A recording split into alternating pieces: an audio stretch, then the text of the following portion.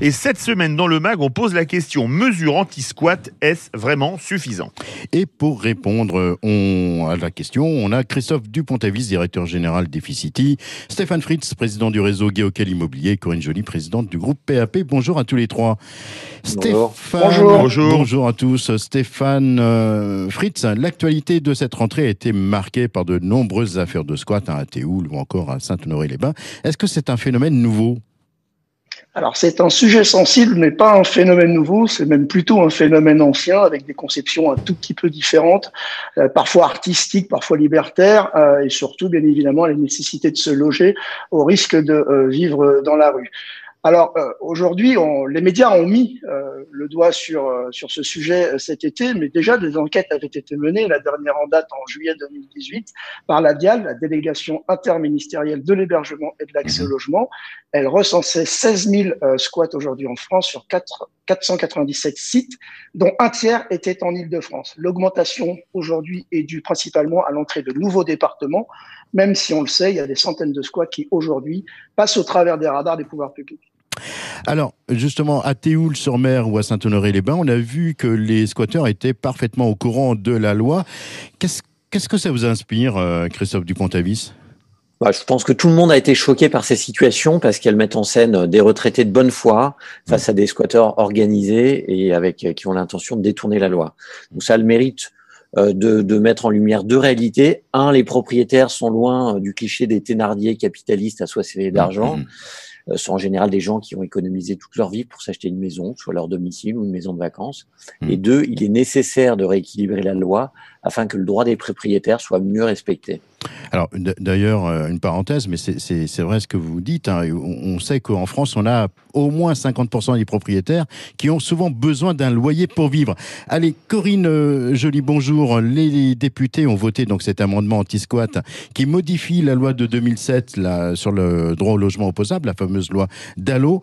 Qu'est-ce que ça va changer que désormais on considère les résidences secondaires comme des domiciles ? En fait, il existe une procédure accélérée pour déloger les squatteurs. Ça consiste à, plutôt que d'attendre une décision de justice, le propriétaire saisit le préfet. Le préfet a 48 heures pour lui répondre et il peut ordonner l'expulsion par la force publique en quelques jours. Et dans ce cas, il n'y a pas de trêve hivernale. Jusqu'à présent, cette procédure, elle existait, mais elle n'était possible que pour les résidences principales parce qu'elle était possible justement pour le domicile. Comme les résidences secondaires n'étaient pas considérées comme des domiciles, les résidences secondaires ne pouvaient pas bénéficier de cette procédure. Maintenant, ce sera le cas. Donc, la procédure accélérée sera possible aussi pour les résidences secondaires. Stéphane Fritz, cet amendement anti-squat, est-ce que c'est vraiment suffisant ? Alors, ça va dans le bon sens, mais je reconnais que ça manque d'efficacité.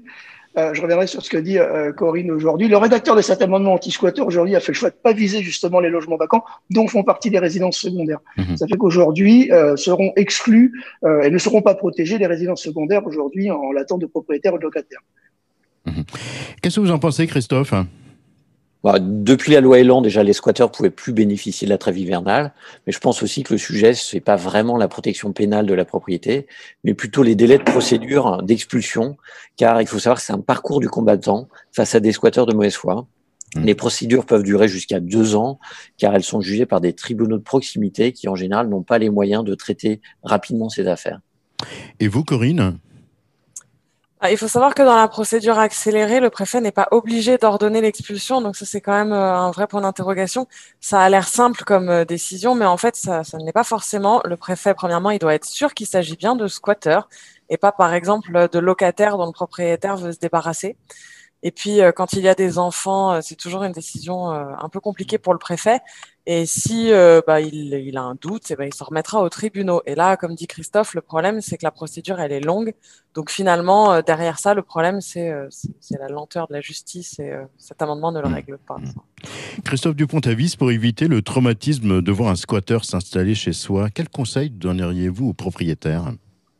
Le premier conseil, c'est d'éviter la psychose parce que c'est pas quand même un phénomène massif. On dénombre environ 2000 plaintes par an sur 37 millions de logements.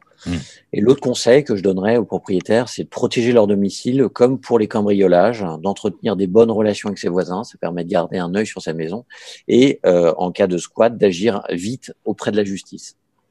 Stéphane Fritz, un conseil ? Celui de justement faire confiance à la justice. Je suis assez attaché à ce principe. Ne pas faire justice soi-même. Déjà, vous êtes solvable, ne serait-ce que par la propriété déjà de votre bien.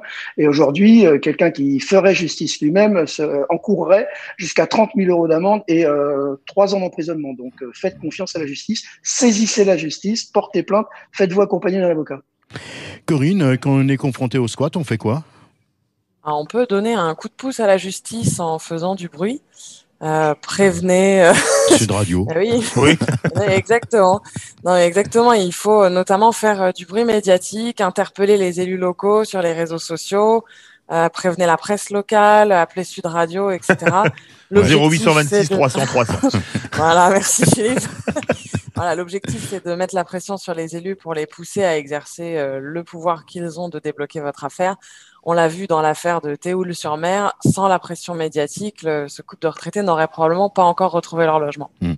D'ailleurs, je précise que dans la presse locale française, on a parlé de 104 affaires de squat. C'est pas beaucoup, mais ces 104 affaires ont eu au moins le mérite d'avoir fait avancer les choses. Merci en tout cas à tous les trois. Merci Christophe Dupont-Avis, directeur général d'Efficity, Stéphane Fritz, président du réseau Guy Hockey, et Corinne Joly, présidente du groupe PAP, qu'on retrouve dans quelques instants. Et on adore tout.